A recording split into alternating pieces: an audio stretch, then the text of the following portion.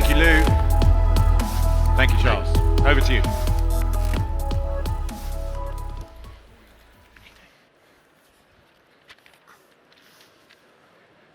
Well, good morning, everybody. I first met Lou about 6 months ago.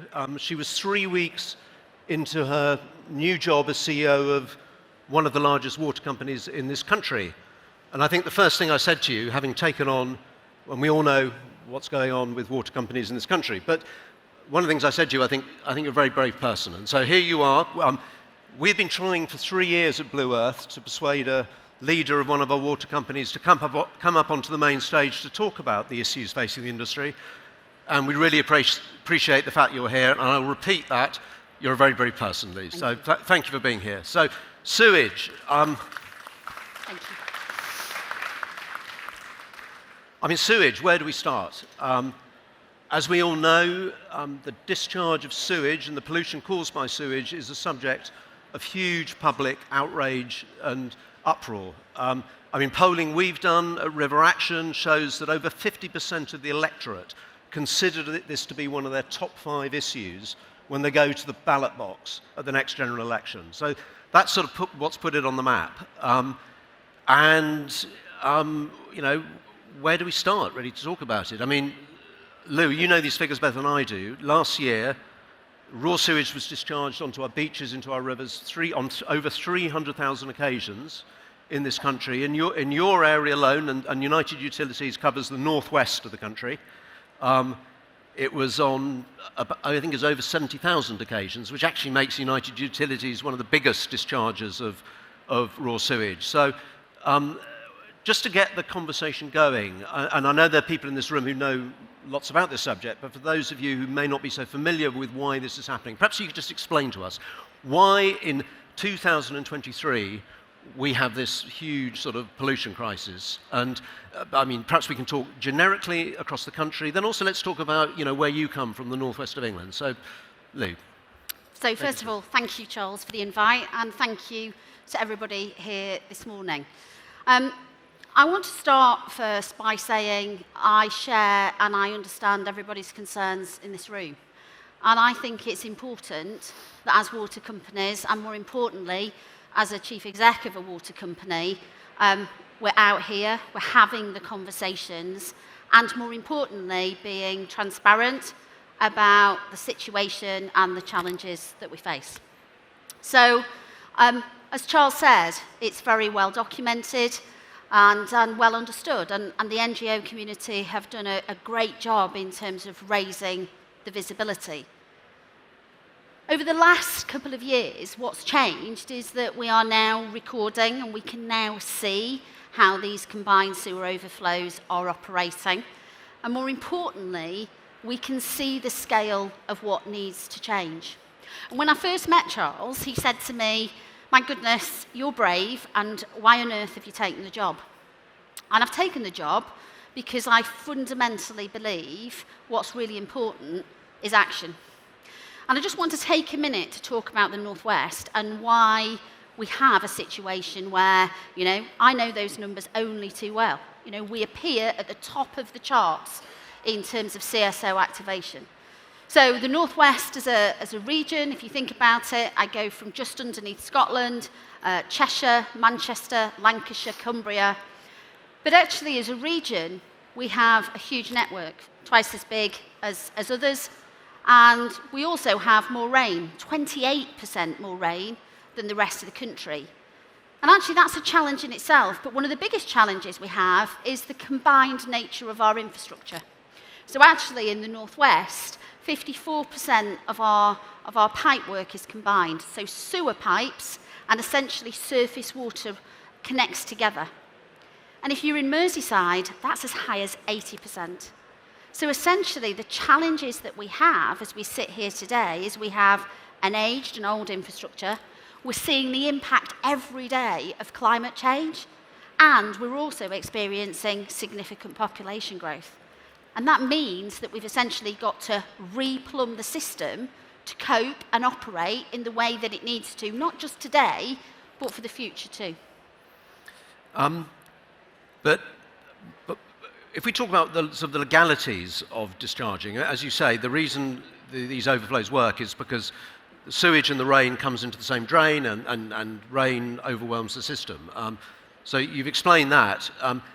Let's talk about dry spills, because there's been a huge amount of investigatory work. I mean, interestingly, not necessarily coming from the regulators, but coming from NGOs and journalists and so forth, that actually shows that, on hundreds and hundreds of occasions each month, the sewage system is discharging not when is legal in exceptional circumstances, i.e. when there's rainfall or lots of rainfall, but sometimes when there isn't even a cloud in the sky. So, it would be really helpful to, if you could explain what is happening.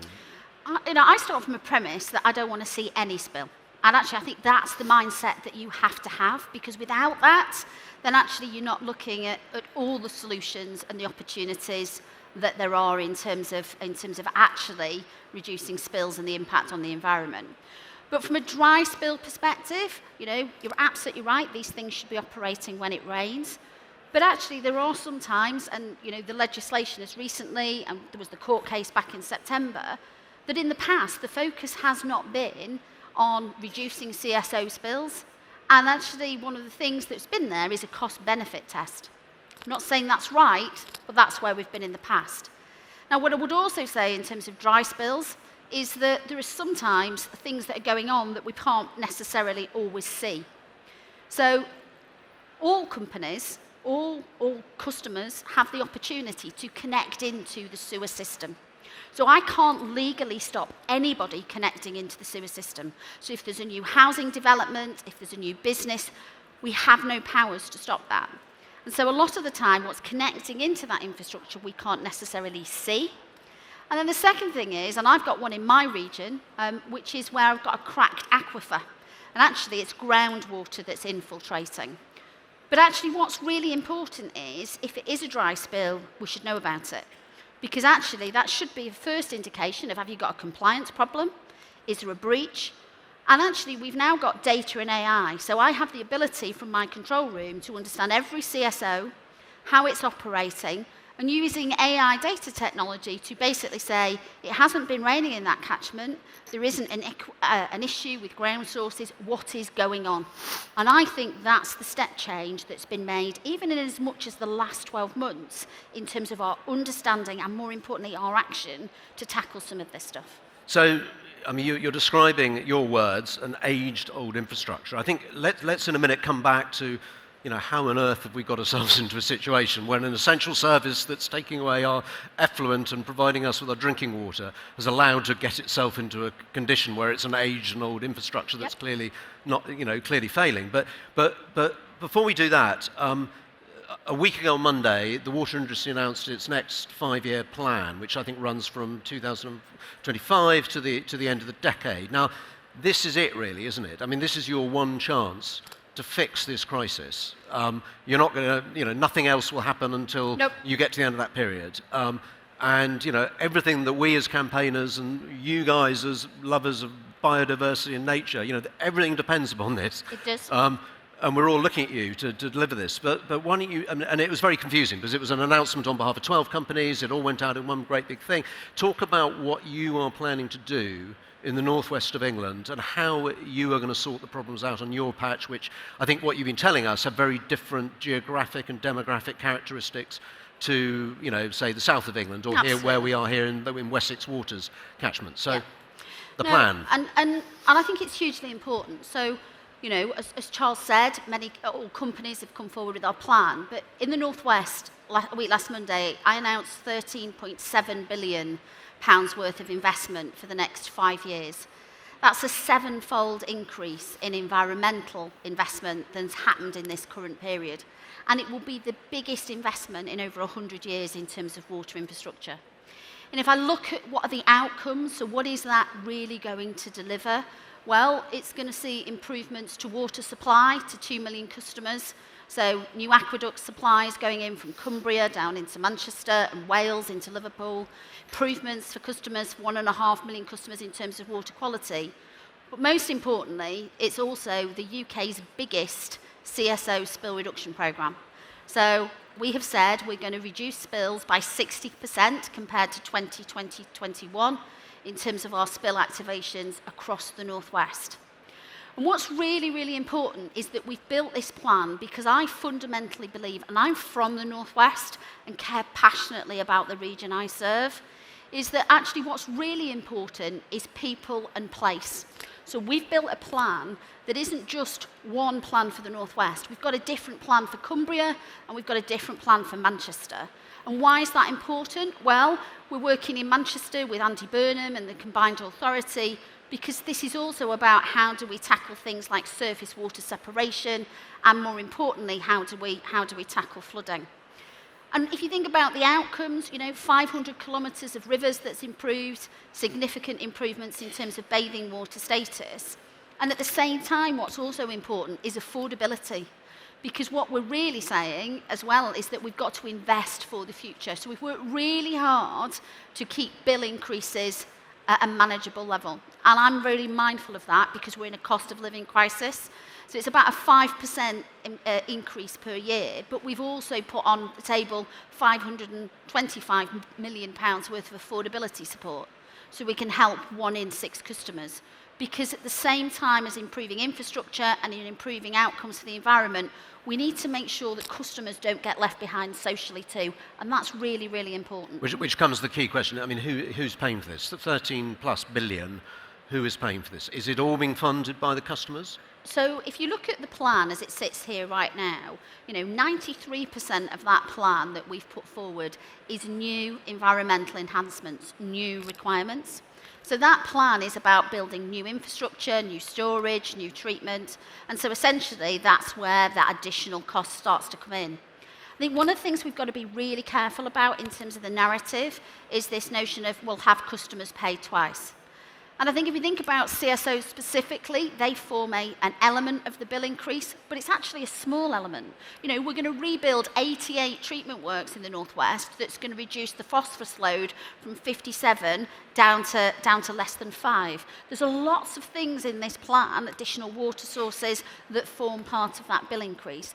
But this is new infrastructure, it is new requirement, and therefore there is a cost. The same way there is in terms of energy, in terms of green energy generation. But are your in addition to your customers looking at bill increases, are your shareholders going to contribute to this? So shareholders are contributing, and I think it's really interesting. So to what extent? Let's use a real class example. So affordability. United Utilities is one of very few companies where their shareholders actually are providing affordability support. So that affordability support, over 200 million, is being funded by shareholders directly. They've also funded the step change in the work that we've been doing, actually £500 million worth of investment that shareholders have given to start the work on the CSO programme. Because I was really clear, and I was clear when I first met Charles, I wasn't willing to wait till 2025. So we've been able to gather and gain support for funding, so we've started now.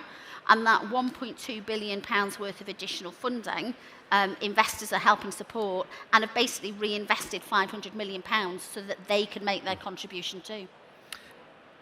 So, I suppose as an environmental campaigner, the notion that you are embarking upon this huge investment plan, one can only welcome that, but it raises other questions. First of all, we're just looking at the tail end of the disaster of HS2. I mean, this was a huge infrastructure project that ended up running hopelessly over budget before it got abandoned because of our complete failure to implement it. Now, when you're talking about a huge investment plan like this, I mean, are you confident you can deliver it? Is it actually going to happen? I mean, if we have you back here in 5 years' time, are you going to be able to tell us exactly what you've delivered?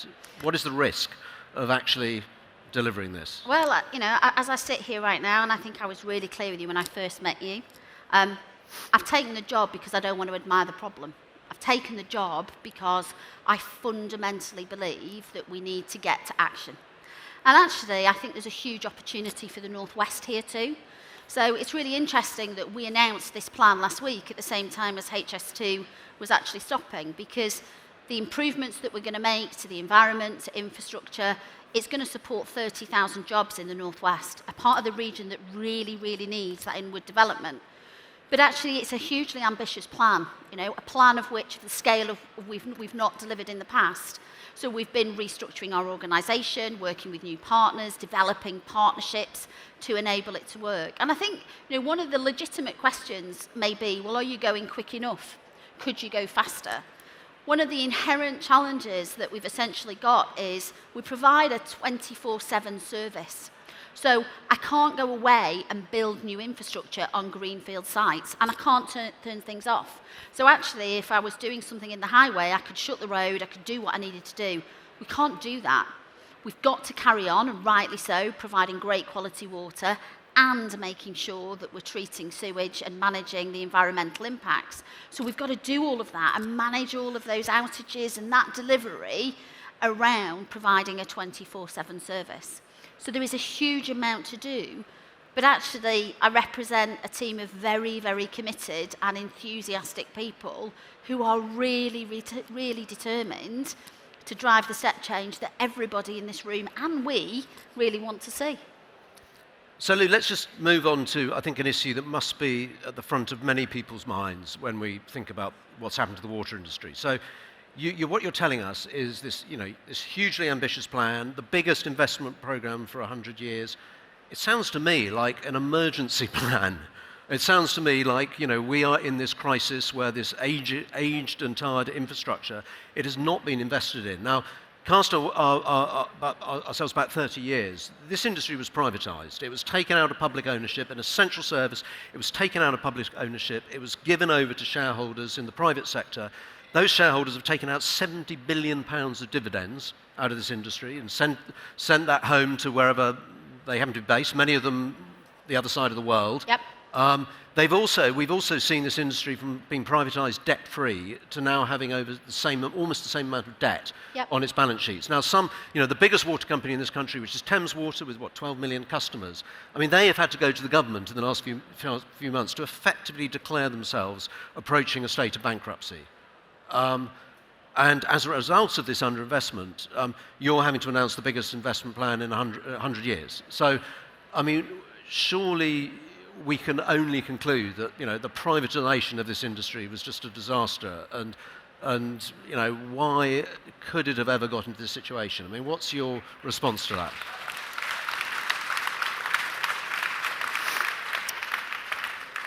So what I'd say is privatisation, nationalisation, I'm going to leave that to politicians. But what I would say is, if I look at the role that shareholders play, we do need shareholders. We do need investment. And it's very similar to many of you in this audience will have a mortgage. And if you want to do something at home, just like me, I go to the building society and I get that money, and it allows me to put on a conservatory at home and pay for it over subsequent years. And that's the role that shareholders play. They give us the money up front, and that allows us to essentially make all the investment that we need to make and pay that back. Now, shareholder returns are about 4%. That's less than if you went and put your money in the building society right here, right now. But what I would say is that if I look at the amount that has been invested in the sector, and that's the bit that we don't probably look at, is actually how much has been invested over the last 30 years. Leakage has been cut by half. Beaches back in 1988, if I talk about the Northwest, only 20% passed.